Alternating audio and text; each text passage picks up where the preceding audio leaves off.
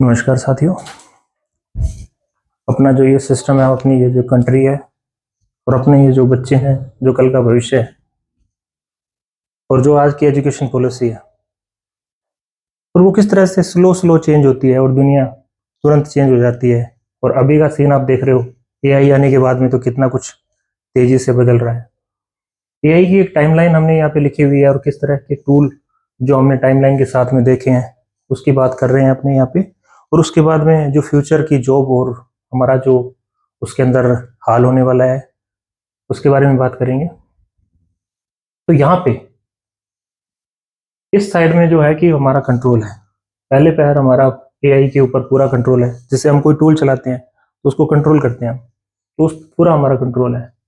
फिर जैसे एजीआई आने के बाद में हमारा कंट्रोल थोड़ा और कम हो गया। फिर एएसआई आने के बाद में हमारा कंट्रोल, सिंगुलरिटी आने के बाद में हमारा कंट्रोल बिल्कुल ही होगा या नहीं होगा, ये भी एक क्वेश्चन मार्क है। फिर दूसरी तरफ जो एआई की पावर है उसके साथ में जो एआई तभी असिस्टेंट था, वो थोड़ी पावर आने के बाद में डाटा को ट्रेंड और उसको डाटा मिला, ट्रेन करने के बाद में वो एजेंट के तौर पे विकसित हुआ। फिर उसकी पावर और ज़्यादा बढ़ी तो वो ऑर्गेनाइजेशन वगैरह को भी हैंडल कर सकता है। तो इस तरफ आपका क्या है, एआई की पावर है, इस तरफ हमारी पावर है। पहले पैर दोनों की पावर कम है नहीं, हमारी पावर ज़्यादा है, इसकी पावर कम है। और यहाँ पे इसका बिल्कुल उलट है। तो ये वाला जो टूल है, हमने देखा गूगल असिस्टेंट है, सीरी है, हमारा पूरा कंट्रोल है। हमें आधी बार तो ये लगता था कि ये किसी काम का ही नहीं है, ये फालतू है।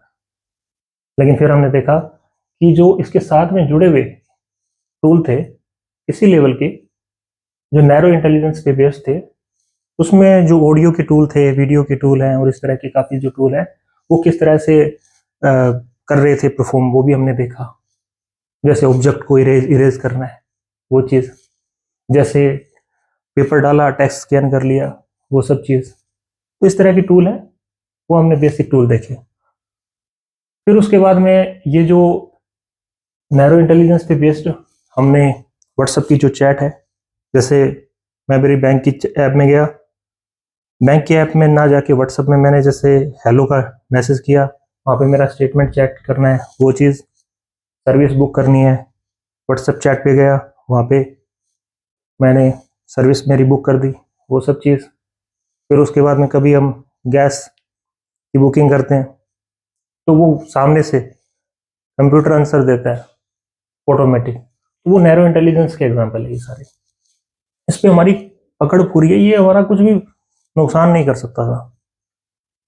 फिर मज़ा नहीं आया हमें, हमें डेवलपमेंट करना ही था। फिर हमने डेवलप किए चैट जीपीटी को देख के गूगल पीछे रह गया। उसने सर्च इंजन को छोड़ के सीधा आंसर देने वाला इंजन बनाया, और वो इंजन क्या है, जेमिनी। आज कितने लोग गूगल सर्च को यूज कर रहे हैं? पिछली बार मैंने गूगल सर्च को कब खोला था ये भी मुझे याद नहीं। जेमिनी मैं रोज खोलता हूँ, चैट जीपीटी, फिर क्लोड है, ये सब चीजें जो जनरेटिव एआई है उसके साथ में अभी का समय चल रहा है। स्टार्टिंग फेज है, मिड है, फिर उसके बाद में जो टॉप लेवल है, इसके अलग अलग वर्जन आते हैं टाइम टू टाइम, वो चीज़ें हम देखते हैं। फिर ये जो ऑडियो जनरेशन के टूल हैं, अपने आप से एनिमेशन बन रहा है, अपने आप से वीडियो जनरेट हो रही है, अपने आप से म्यूजिक जनरेट हो रहा है, एजेंट आ चुके हैं अलग अलग काम के लिए, अलग अलग एजेंट। फिर ये चीज़ है वर्क फ्लो के अंदर जब मैनेज की जाती है एजेंट्स की, तो फिर ये ऑर्गेनाइजेशन के तौर पे जब चीज़ें चलने लग जाती है तो एक टर्म आती है एपेक्स। एपेक्स क्या चीज़ है आपकी? Agentic platform for execution. Agent का एक पूरा प्लेटफॉर्म है जो कि आपकी पूरी संस्था को, ऑर्गेनाइजेशन को, पूरे वर्क प्रोसेस को रन करता है। जैसे हम देखते हैं कि एक फैक्ट्री है, उसके अंदर एक काम करने वाला ये आदमी है, ये दूसरा है, ये तीसरा है। तो ये जो काम कर रहा है इसको ट्रेन करके ये वाला एजेंट है, ये कर देगा, फिर इसको ये कर देगा, फिर इसके नीचे ये जो चार लोग और काम कर रहे थे वो भी एजेंट है, इसको डाटा दिया जाएगा, ये ट्रेंड हो गया। इस तरह से ये सॉफ्टवेयर के अंदर भी आप देख सकते हो, चार अलग अलग ऐप्स हैं, जीमेल की है या फिर उसके अंदर कॉल वगैरह है, इस तरह से वो सब चीज़ें हैं। और ये दूसरा एजेंट उसको होल्ड कर रहा है कि हाँ रिस्पॉन्स आया है तो उसको किस तरह से हैंडल करना है। तो ये पूरा वर्क फ्लो है जिसके अंदर कस्टमर है। एक बिजनेस के अंदर स्टार्टिंग में कस्टमर का इंटरेक्शन होता है। कस्टमर कैसे करता है, फ़ोन करता है या हमारे व्हाट्सएप पे उस पर आके कोई ऑर्डर वगैरह देता है। फिर उसके बाद में वो जो भी यूनिफाइड ऐप्स वगैरह हैं वो सब ऐप्स साथ में जुड़ी हुई है, कॉल्स वाली है, जीमेल वाली है, इस तरह से सभी। फिर उसके बाद में वर्क फ्लो है, वो वर्क फ्लो है, वो सब जुड़े हुए हैं। फिर उसके बाद में जो एजेंटिक बोस है कि अभी इसको पेमेंट करनी है, इसको कॉल करनी है, इसको मेल करनी है, ये सब चीज़ें यहाँ पे दिखाई जाती है। फिर उसके हिसाब से ओनर है उसको ये भेजता है कि हाँ बॉस इसको कॉल करनी है या नहीं, या ये रिस्पॉन्स, ये कस्टमर आया है इसको रिस्पॉन्स देना है या नहीं, ये पेमेंट करनी है, तो वो अप्रूवल करता है और रिजेक्ट करता है। तो ये पूरा का पूरा जो ह्यूमन का इंटरेक्शन है, जो कंट्रोल है, जो ओनर है उसका सिर्फ अप्रूवल और रिजेक्शन का रह जाता है। बाकी ये जो एजेंट है वो डाटा से ट्रेंड किए जाते हैं और उसके बाद में ये सारा प्रोसेस ऑटोमेटिक हो जाता है। ठीक ऐसा ही आपने ये देखा होगा कि एपेक्स के अंदर जो मोल्ड बुक है, फेसबुक को बनाने में इतना सारा समय लगा, फिर आपने देखा कि एजेंट्स ने अपने आप ही बना लिया और सबने एजेंट अपने अपने अलग अलग बातें कर रहे हैं, फिर अपने संविधान की भी बात कर रहे हैं, इस तरह से ये ऑर्गेनाइजेशन के लिए। तो आपने ये मोल्ड बुक में ये जो एग्जाम्पल है ये देखा कि एजेंट मिलकर ऑर्गेनाइजेशन के लेवल पे होते हैं तो किस तरह की बातें करना स्टार्ट कर देते हैं, ह्यूमन का क्या एग्जिस्टेंस है, उसका होना नहीं होना कितना जरूरी है और कितना गैर जरूरी है, वो सब बातें यहाँ पे होने लग जाती है। फिर जैसे ही एएसआई आता है तो एएसआई पूरा सिंगुलरिटी बेस्ड है जहाँ से वापस नहीं आया जा सकता। कंट्रोल है वो एक बार छूट गया उसके बाद में कंट्रोल चला जाएगा। वो अभी भी ये देखने के लिए मिलता है कि हम चैट जीपीटी को थोड़ा सा टेम्परेचर देते हैं तो वो हमें एक अलग रिजल्ट देता है, और थोड़ा सा कम टेम्परेचर देते हैं तो वो अलग रिजल्ट देता है। तो ये हमें खुश मिजाजी के तौर पे जैसे हम आंसर चाहते हैं, पोलाइट आंसर चाहते हैं या हार्श रियल ट्रूथ चाहते हैं, वैसे रिस्पॉन्स ये हमें दे देता है। फिर एएसआई जब जेमिनी चैट जीपीटी जैसे टूल है वो हमें इतने पोलाइट तरीके से और इतने इस तरीके से जो हमें आईना नहीं दिखाते हैं उस तरीके से हैंडल कर सकते हैं, तो एएसआई तो आपको पता भी नहीं लगने देगा और आपको किस तरह से हैंडल करेगा वो उसको ही पता है। आपका यहाँ पर कंट्रोल पूरा खत्म हो जाता है। तो ये डिसेप्टिव हो जाता है, ये हर चीज़ों का जानकार हो जाता है, ये हर जगह हो जाता है।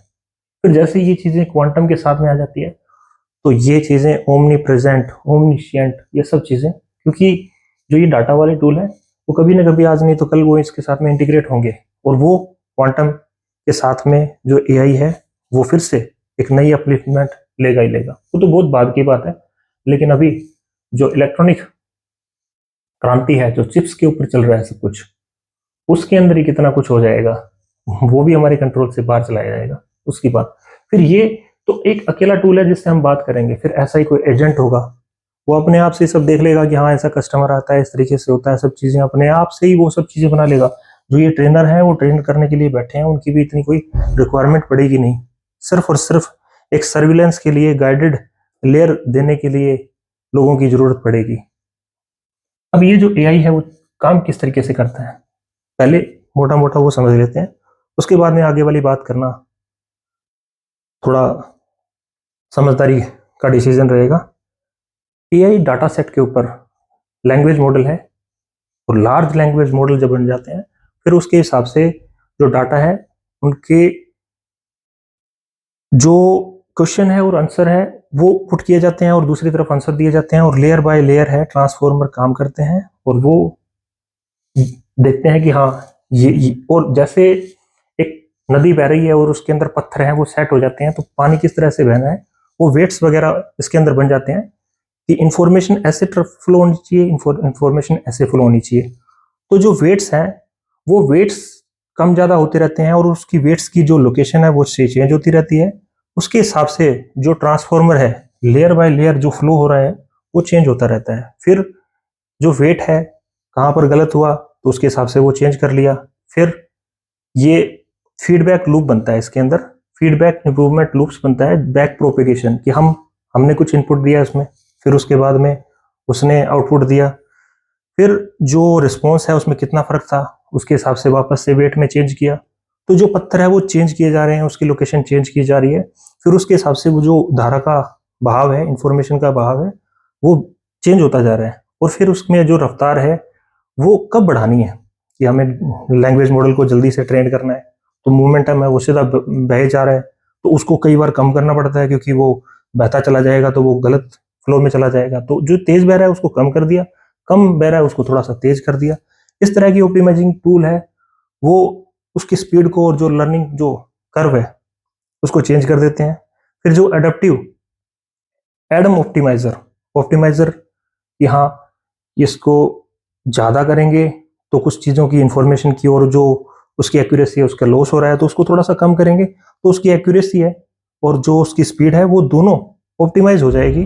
तो उसके साथ में वो उसको मेंटेन करता हुआ ये वर्क फ्लो, फिर उसके बाद में लास्ट में गाइडेड लेयर है वो बनाए जाते हैं। फिर उसके बाद में मिक्स रिजल्ट उसके साथ में आते हैं।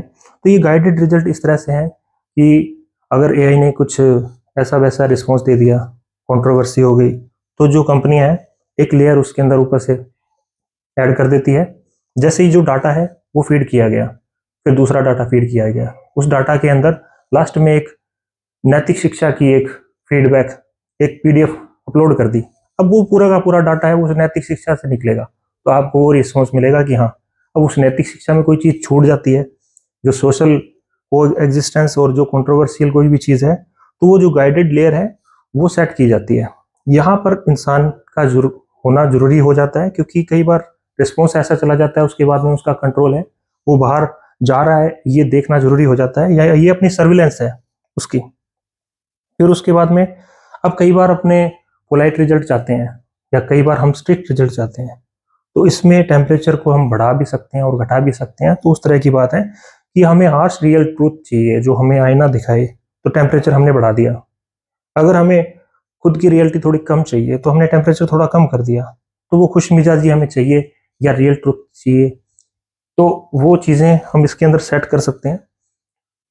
तो अब इसके अंदर जो हम सर्विलेंस की बात कर रहे हैं, तो जो एजेंट है यहाँ पर जो इसको ट्रेंड कर रहे थे, तो यहाँ पे उस एजेंट की उस इंसान की जरूरत थी, उसने देखा कि हाँ ये चीज़ गलत हो रही है, तो वो सर्विलेंस वहाँ पे उसकी हो रही है, और उसने एक जैसे नैतिक शिक्षा है उसी तरीके से आपका जो ऑर्गेनाइजेशन है उसका जो एथिक्स है वो वहाँ पर आपने फीड कर दिया, उस एथिक्स से होके एजेंट का जो वर्क फ्लो है वो निकलेगा। इस तरह से पूरा जो सिस्टम है वो कंट्रोल में रहेगा, ओनर के कंट्रोल में रहेगा कि हाँ ऐसी कोई बात या सीन ऐसा नहीं होना चाहिए। अगर वो होता है पाया जाता है तो उसको देखने के लिए इंसान बैठे हैं, और उसको चेक करने के लिए इंसान स्टार्टिंग में बैठेंगे, फिर जैसे वो देखेंगे कि हाँ पहले इंसान ने इस एजेंट को टेस्ट किया, फिर उसके बाद में इसको टेस्ट किया, फिर इसको टेस्ट किया, फिर एक ही इंसान है पहले तो अलग अलग वो जैसे ये टूल बनाया फिर ये टूल बनाया, फिर उसके बाद में उनकी टेस्टिंग भी हो गई। इस तरह से इस तरह के कामों की अभी जरूरत आ रही है, एजेंट को डेवलप करने की बात आ रही है।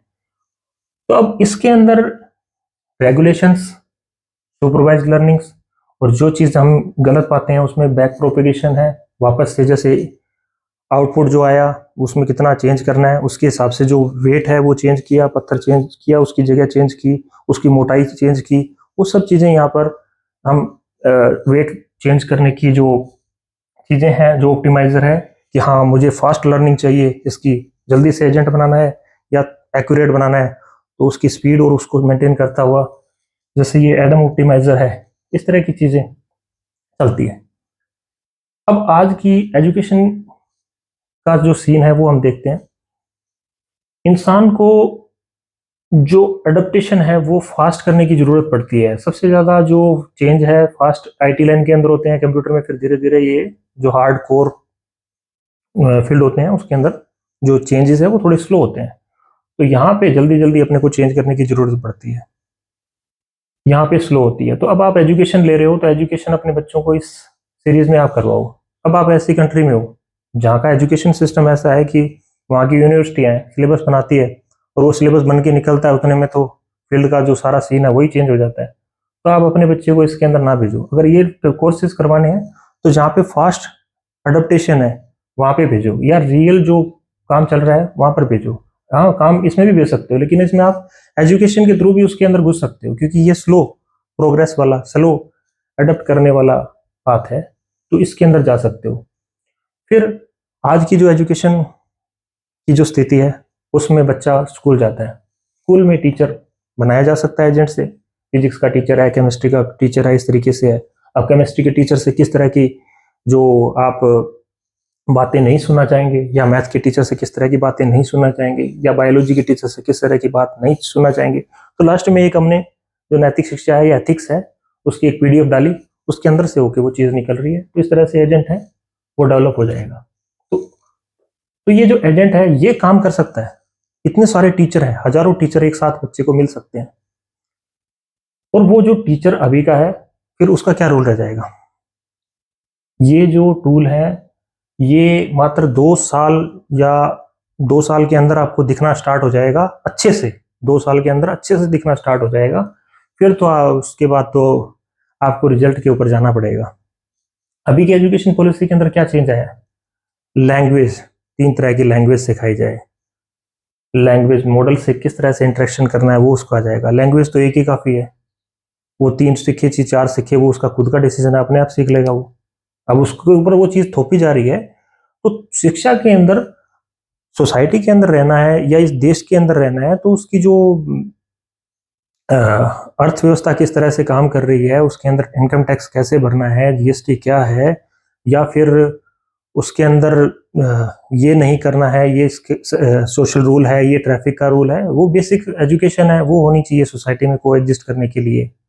या फिर जैसे हिस्ट्री के तौर पे हमारे जो महापुरुष थे जिन्होंने हमें स्वतंत्रता दिलाई, उनकी हम बात कर लेते हैं। तो जो बेसिक है वो 30% तक ही रहना चाहिए, 70% बच्चे को फ्रीडम मिलनी चाहिए। तो जो 30% है वो, और फिर उसके बाद में जो 30% है, अब तो जो एजेंट है, अब एजेंट और जो टीचर है ये दोनों एक साथ किस तरह से रहेंगे, कमांड कौन संभालेगा। कमांड तो स्वाभाविक सी बात है, जिसमें ताकत है वो संभालेगा, और निरीक्षण वो संभालेगा जो जिस पे हमें भरोसा है, हमें इंसान पे भरोसा है। तो इंसान के निरीक्षण के अंदर ये सब चीजें चलेगी, और जो मौजूदा अर्थव्यवस्था जो बनी हुई है उसके अंदर ये एजेंट्स अभी लागू किए जाएंगे।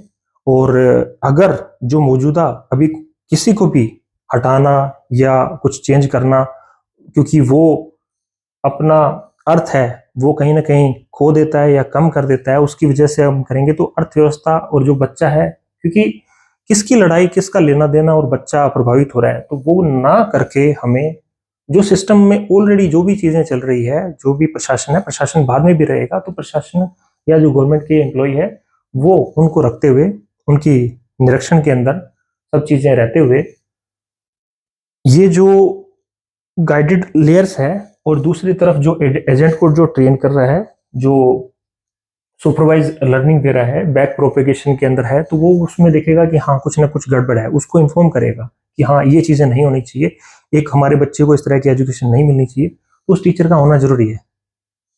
लेकिन बच्चे को एजुकेशन देगा ये एजेंट, फिजिक्स का है ये। फिर एजुकेशन के अंदर जो भी लोग हम भेज रहे हैं अपने बच्चे को स्कूल के अंदर, बहुत सारे ऐसे लोग हैं वो घर पे पढ़ना चाहेंगे, वो अपने हिसाब से दूसरे संस्थानों से पढ़ना चाहेंगे। तो एक स्कूल से बंधे ना होकर, स्कूल से इतना ही इंसान बना होना चाहिए कि 30% उसको सोसाइटी के जो रूल्स हैं, जो इस कंट्री के रूल्स हैं, वो 30% तक उसके अंदर पासिंग मार्क्स है कि हर मंथ जैसे एग्जाम हो गया, वो बस वो कहीं पर भी बैठा है उसको जैसे अप्रूव करना होगा, या फिर जो वो टीचर है वो उनकी जैसे एक बनी हुई है वो स्कूल है, स्कूल के अंदर आपको हर हफ्ते से आना होगा और ये जो टेस्ट है पास करने होंगे। अगर वो नहीं आता है तो उसको जैसे 2 महीने बाद में जैसे उसकी जो भी एक फ्लेक्सिबल सिस्टम है वो दिया जाए, ताकि बच्चा आज के जो आधुनिक शिक्षा वाला जो फास्ट अडेप्टिव सिस्टम है उसके साथ में चल सके। अगर इसको हमने लागू नहीं किया तो हमारे जो बच्चे हैं बहुत ज़्यादा पिछड़ने वाले हैं, वो कम्पीट नहीं कर पाएंगे। आज पहले हमने ये देखा कि दूसरे की जो एजुकेशन है वो आईटी और कंप्यूटर के अंदर अपडेटेड थी, हमारा जो सिस्टम है यहाँ पे कोर्स है वो अपडेटेड नहीं होता था, लेकिन अभी ये चीज़ें बहुत ही ज़्यादा फास्ट होने वाली है।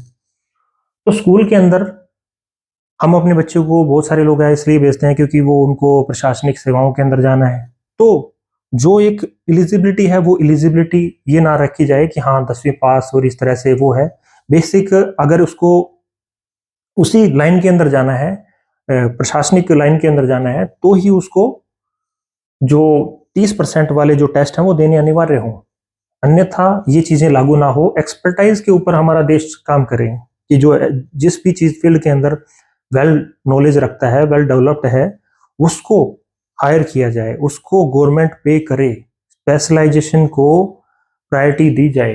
तो ये जो अभी का एजुकेशन सिस्टम है उसके अंदर संभव नहीं हो पाएगा। तो इसमें हमें जो भी आज का जो सिस्टम बना हुआ है, जो स्कूल है वो केंद्र रहें, ताकि सोसाइटी के तौर पे हम कंट्रोल खुद पर रख पाएं। तो ये सब चीज़ें इसके अंदर रहेगी। आगे की बात हम करते हैं हमारे आने वाले वीडियो में। तब तक के लिए धन्यवाद।